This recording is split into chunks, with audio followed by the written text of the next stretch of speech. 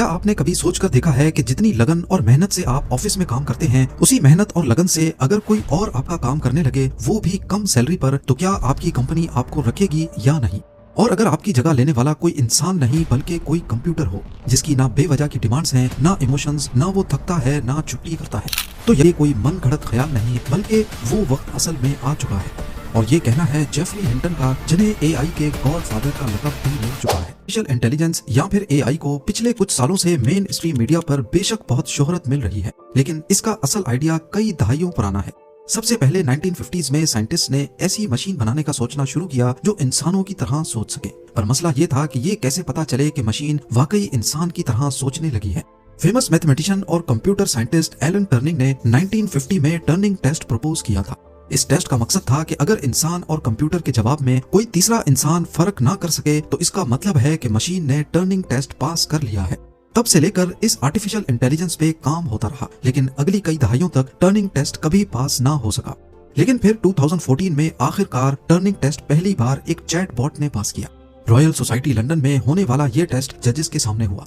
इन जजेस का सामना एक चैट प्लेटफॉर्म पर 13 साला यूक्रेनियन लड़के से करवाया गया। कई सवालात करने के बाद 30 में से 20 जजेस ने कहा कि ये वाकई इंसान है, जबकि असल में वो यूजिन कूस्टमैन नामी एक एआई चैट बॉट था।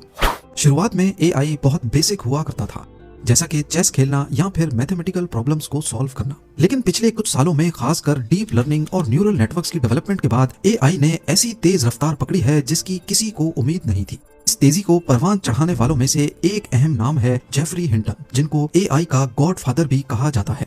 जेफरी हिंटन वो शख्स हैं जिन्होंने गूगल में 10 साल तक एआई पर काम किया, और जब उनको लगा कि ये चीज इंसानों से ज्यादा इंटेलिजेंट हो सकती है, तो उन्होंने गूगल जैसी कंपनी को छोड़ दिया, सिर्फ इसलिए ताकि वो खुलकर दुनिया को इस खतरे से आगाह कर सके हैं।